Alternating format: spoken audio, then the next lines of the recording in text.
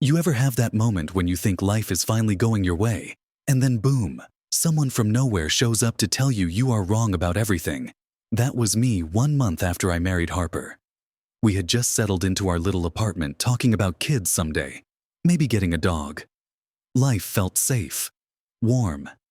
Then someone knocked on our door on a Sunday afternoon, and everything I thought I knew about my past came crashing down. Before I get into what happened next, I want to know, where are you watching this from? Drop your city in the comments. Hit that like button if you have ever had your world turned upside down by someone you did not even remember. And subscribe, because what I am about to tell you involves lies, DNA tests, and a truth that nobody, including me, saw coming. So let me take you back to that Sunday afternoon when a stranger knocked on my door. Harper was in the kitchen making chicken Alfredo, her favorite Sunday ritual. I was stretched out on the couch watching a football game, still wearing my old college sweatshirt with the hole in the sleeve that Harper kept threatening to throw away. The apartment smelled like garlic and cream sauce. Everything was normal, comfortable. Then came the knock. It was not the usual knock of a neighbor asking to borrow sugar or a delivery guy dropping off a package. This one was hesitant, almost desperate. 3 soft taps, a pause, then 3 more. I muted the television and walked to the door, expecting maybe someone lost or selling something. When I opened it, a woman stood there with a little boy clinging to her hand. She looked to be in her early 30s with dark circles under her eyes, like she had not slept in days. Her brown hair was pulled back in a messy ponytail, and she wore a faded gray t-shirt and jeans that had seen better days. The boy, maybe 5 years old, stared down at his sneakers, squeezing a worn teddy bear against his chest. The woman looked up at me, and her eyes went wide. Her lips trembled. "Cooper," she said, her voice shaking. "Cooper Martinez." I nodded slowly, confused. "Do I know you?" She let out a breath that sounded like a sob. "We need to talk." Harper appeared behind me, drying her hands on a dish towel. "Everything okay?" The woman glanced at Harper, then back at me. Her jaw tightened. "This is Dylan," she said, pulling the little boy forward slightly. "He is your son. You walked away from us 6 years ago." The words hit me like a freight train. I felt Harper stiffen beside me. My brain scrambled to process what I had just heard. "I have never seen you before in my life," I said, my voice louder than I intended. "There must be some mistake." "No mistake," the woman said, tears spilling down her cheeks now. Her name, she said, was Jessica. "We met at a party in Austin. You remember, right? March 5 years ago. You were there for some work thing. We spent the night together at that bar, Rusty's. You were so drunk you could barely stand. The next morning you were gone. I tried calling you for weeks. You blocked my number." I shook my head, my chest tightening. "I do not remember any of this. I do not remember you." Jessica pulled out her phone and swiped through photos, then held one up to me. It was blurry, taken at some crowded party. There were people everywhere, red plastic cups, dim lighting. In the corner of the frame, partially obscured, was someone who looked like it could have been me. Same build, same hair. But the face was not clear enough to say for sure. "I went to Austin 5 years ago," I admitted carefully. "For a conference." "But I did not." "You did," she interrupted. "And I got pregnant. I had Dylan alone. No help. No support. I have been trying to find you ever since. And now I see you got married." She glanced at Harper again, her expression hard. "Must be nice." Harper stepped closer to me, her hand gripping my arm. "Cooper, is this true?" "No," I said firmly. "I do not know her." Jessica started crying harder now. Dylan just stood there silent, looking so small and scared. "I do not want anything crazy," she said, wiping her eyes. "Just help me raise your son. $500 a month. That is it. He deserves to know his father." My stomach churned. I felt trapped, cornered by a situation I could not explain. Harper was staring at me like she did not know who I was anymore. Jessica kept crying. And that little boy Dylan just kept looking down at the ground, holding that teddy bear tighter. "I need time to think," I finally said. Jessica nodded. "I will come back tomorrow. Think about it. Think about Dylan." Then she turned and walked away, the boy trailing behind her. I watched them disappear down the hallway before I closed the door. The silence that followed was suffocating. Harper stood frozen, the dish towel still in her hand. "Did you cheat on me before we got together?" she asked quietly. "No," I said. "I do not even remember her." "But you were in Austin that time. You told me you went for a work conference." "I did. I was there for 3 days. We had a happy hour with some colleagues. I had a few drinks, but I was not blackout drunk. I went back to my hotel every night." Harper did not say anything. She just stared at me, her eyes filling with tears. Then she turned and walked into the bedroom, closing the door softly behind her. I stood alone in the living room, my mind racing. What if she was telling the truth? What if I did something I could not remember? What if I had destroyed 2 lives without even knowing it? That night, I could not sleep. Every time I closed my eyes, I saw that little boy's face and wondered if I had destroyed 2 lives without even knowing it. The next morning, Harper barely looked at me. She drank her coffee in silence, scrolling through her phone like I was not even there. I called my mom, Patricia, hoping she could help me make sense of things. When I told her what happened, she was quiet for a long moment. "You need to do a DNA test," she finally said. "Do not pay anything until you know for sure. People lie, Cooper. Protect yourself." I hung up and called my best friend Marcus. He worked in IT and was always the level-headed one in our group. "Bro," he said when I explained the situation, "this sounds like a scam. Women do this all the time. They find some guy who looks like he has money and makes up a story." But then I called my other friend Sarah, and she had a different take. "What if it is real?" she asked. "You cannot just ignore a child, Cooper. If there is even a chance he is yours, you have to step up." I felt torn between 2 sides of my brain. One side screamed that this was a trap. The other whispered, "What if you really are his father?" I could not focus at work.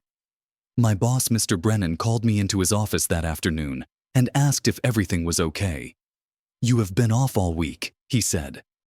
I just nodded and told him I had some personal stuff going on. That evening, Jessica showed up again. This time she looked even more desperate. She had a folder with her filled with papers. "Look," she said, spreading them out on our kitchen table. "Here is Dylan's birth certificate. No father listed because you were not there. Here are hospital bills from when I gave birth. Medical records. Everything." Harper stood in the doorway, arms crossed, watching. I flipped through the papers. They looked real. Official. My hands shook. "I lost my job last month." Jessica continued, her voice breaking. "We are about to be evicted. I am not asking you to be a father. I am not asking you to be in his life. Just help us survive. Please." Dylan stood behind her, half hidden, staring at me with wide eyes. Blue eyes. The same shade as mine. Harper saw it too. I heard her sharp intake of breath. "Cooper," she whispered, his eyes. My heart sank. What if he really was mine? "Just give me $2,000 to cover rent this month," Jessica pleaded. "Then we can do the DNA test. I will prove it to you." I felt the walls closing in. Harper stepped forward. "Do not give her any money yet," she said firmly. "We do the DNA test first." Jessica nodded quickly. "Fine. But it takes 2 weeks to get results. What am I supposed to do until then?" I looked at Dylan. He looked so tired. So hungry. My chest ached. "I will give you $500 for now," I said. "But only for Dylan. We do the DNA test tomorrow." After Jessica left, Harper exploded. "You just gave her money. What if this is all a lie?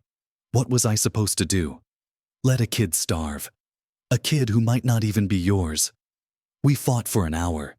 She accused me of hiding something. I accused her of not trusting me.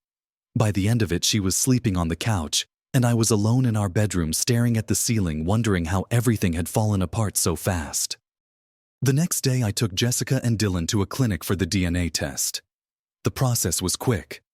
A nurse swabbed the inside of my cheek, then Dylan's. The boy looked scared, so I knelt down next to him. "It is okay, buddy," I said softly. "It does not hurt." For a moment, looking into his eyes, I felt something. Connection, maybe. Or just guilt. I could not tell anymore. The nurse told us results would be ready in 10 to 14 days. 14 days. 2 weeks of waiting. 2 weeks of not knowing if my entire life was about to change. Jessica texted me every single day after that. Photos of Dylan eating cereal. Receipts for groceries. Bills she could not pay. Every message felt like a weight pressing down on my chest. Harper stopped talking to me almost entirely. She went to work, came home, ate dinner in silence, and went to bed early. I felt like I was losing her. On day 13, my phone rang. Unknown number. I answered, my heart pounding. "Mr. Martinez," a woman's voice said. "This is the clinic. We have your DNA results. But there is something else you need to know." I drove to the clinic so fast I almost ran a red light. Harper sat beside me, her face pale, hands clasped tightly in her lap. Neither of us spoke. When we got there, Dr. Patel, a woman with kind eyes and graying hair, led us into a small private room. She opened a manila envelope and pulled out a single sheet of paper. "Mr. Martinez," she said gently, "the DNA test shows a 0% probability of paternity. You are not Dylan's father." The relief hit me so hard I almost collapsed. Harper grabbed my hand and squeezed it, tears streaming down her face. "I am so sorry I doubted you," she whispered. But Dr. Patel was not done. "There is something unusual we discovered during the testing," she said. "When we ran the samples, we noticed some irregularities. It appears there may have been an attempt to tamper with or contaminate the sample. Additionally, one of my colleagues recognized the woman who came in with you. She was here 3 months ago with a different man requesting the same test." My blood went cold. What Dr. Patel nodded. "We cannot say for certain, but this might be part of a pattern." I left the clinic in a daze. Harper held on to me like I might disappear. But instead of feeling relieved, I felt angry. Furious. Someone had tried to ruin my life, my marriage, for money. And I was not going to let her get away with it. I called Marcus as soon as I got home. "I need your help," I said. "I need you to dig into this woman. Find out everything you can." Marcus did not ask questions. He just said, "Give me her name." 2 days later, he called me back. "Dude," he said, "you are not going to believe this. Her real name is Jessica Hartley. She has a record. Small-time fraud in Dallas 5 years ago." I pulled up her old Facebook profile. There are photos of her with different guys' posts about being a struggling single mom. And check this out. He sent me a screenshot of a post from 6 months ago. It had been deleted, but Marcus had recovered it. It said, "Found another target. Time to make rent." With a smirking emoji. I felt sick. "Keep digging," I told him. Marcus found more. He discovered a man named Gregory in Houston who had been scammed by Jessica the year before. Same story. Same kid. Same DNA test demand. I reached out to Gregory through Facebook, and we met at a coffee shop 2 days later.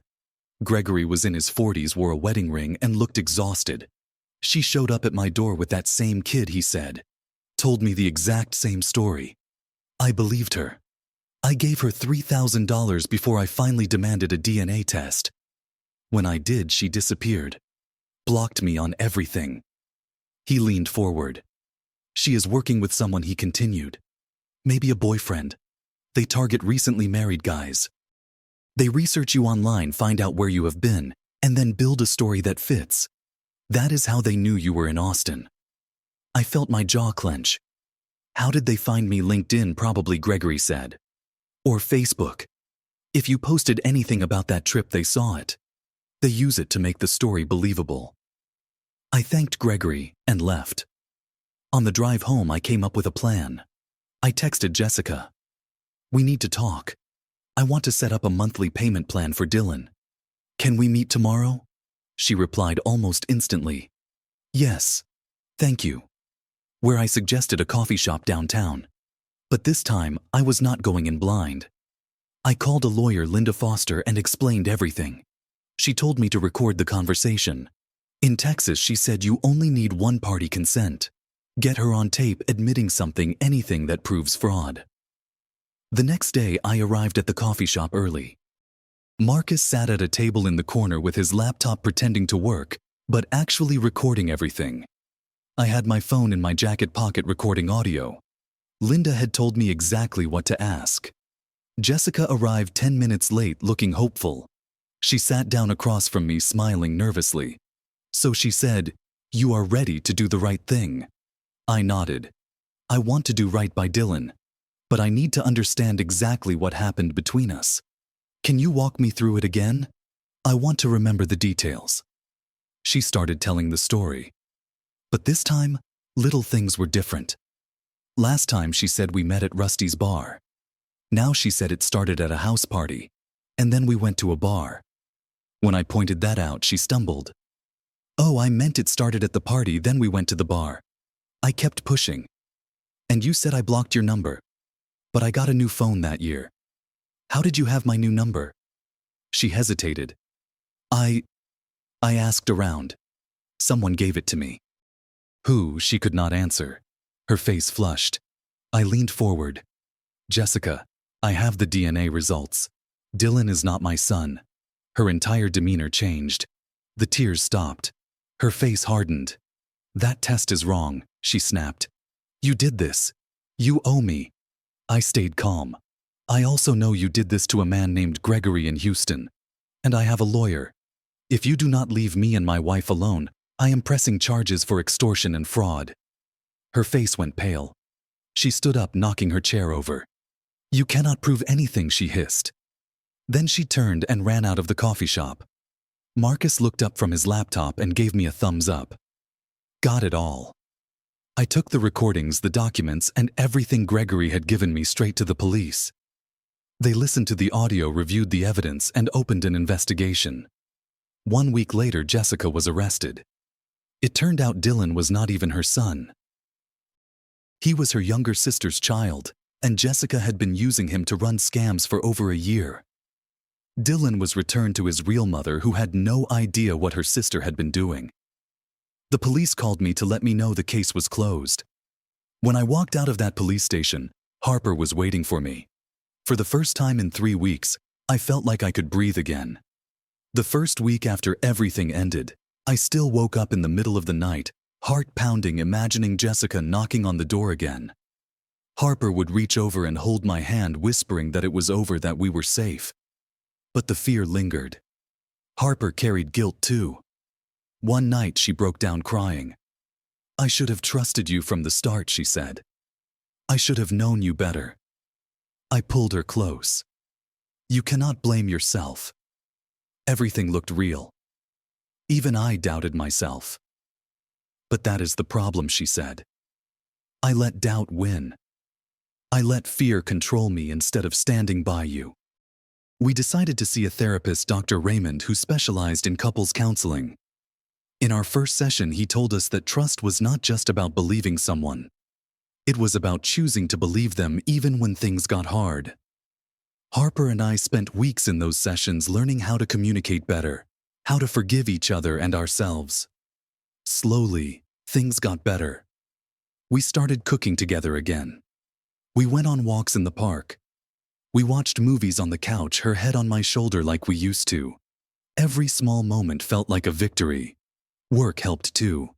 I threw myself into a new project at the office, something that required all my focus. Mr. Brennan noticed the change and pulled me aside one afternoon. "Whatever you are going through," he said, "I am glad you are past it. You are doing great work." He even mentioned a promotion. My friends rallied around us. Marcus organized a poker night and invited Harper and me. Sarah sent a bouquet of flowers to our apartment with a note that said, "Proud of you for standing your ground." My mom, Patricia, came over one weekend and cooked all my favorite meals from childhood. Pot roast, mashed potatoes, apple pie. It felt like being wrapped in a warm blanket. One weekend, Harper and I drove down to Galveston. We spent 2 days walking along the beach, letting the waves wash over our feet, eating seafood and watching the sunset. I looked at her one evening as she laughed at something I said, and I realized that we had made it. We had survived. But I also realized something else.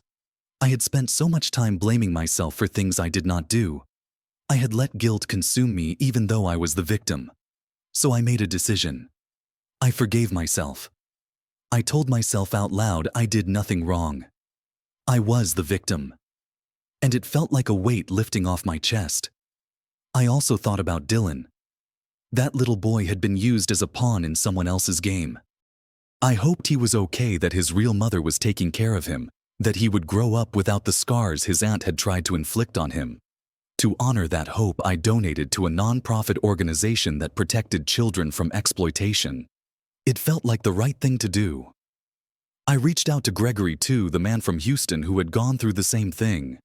I sent him a long email thanking him for sharing his story and helping me expose Jessica. He wrote back saying he was glad I had fought back, that he wished he had done the same instead of just letting her disappear. That gave me an idea. I started an anonymous blog where I shared my story. I wrote about the scam, the fear, the doubt, and how I fought back. Within weeks, the blog had hundreds of comments. Other men shared their own stories. Some had been scammed like me. Others had been falsely accused of things they did not do. The blog became a place for people to find support and advice. It gave me purpose. I was not just healing myself. I was helping others heal too. One evening, Harper and I sat on the couch, the apartment quiet except for the hum of the refrigerator. I thought about everything that had happened.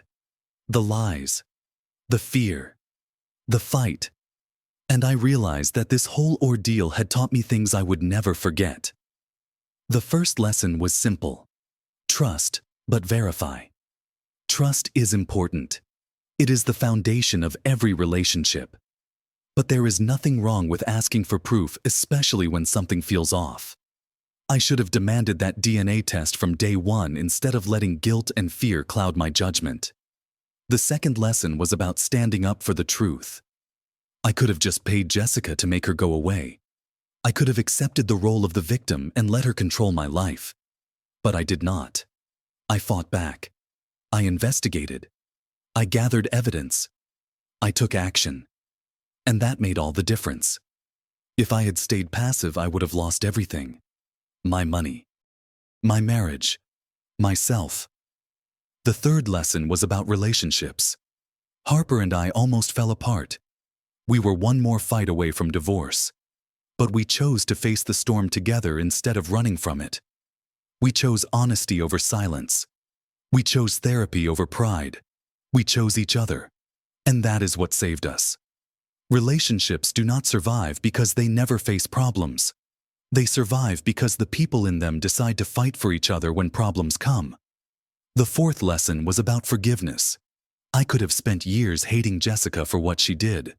I could have let anger consume me, let it poison every part of my life. But I chose to let it go. Not because she deserved forgiveness, but because I deserved peace. Holding on to hatred only hurts the person holding it.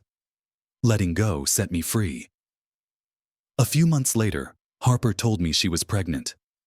We were going to have a baby. A real one this time. When she showed me the positive test, I cried. Not out of fear or doubt, but out of pure joy. This was the family we had dreamed of. And nothing, no lie, no scam, no person from the past could take that away from us. As I sit here now reflecting on everything that happened, I think about that Sunday afternoon when Jessica knocked on our door. I think about how one moment, one lie almost destroyed everything I loved. But I also think about how I refused to let it. I stood up. I fought back. I protected my truth. Life will always throw curveballs. People will lie. Situations will test you in ways you never imagined. But the question is not whether you will face storms.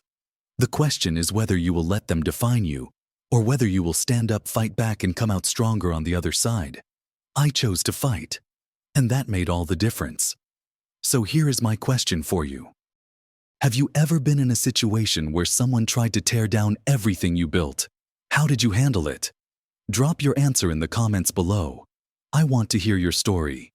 And if this video resonated with you, hit that like button.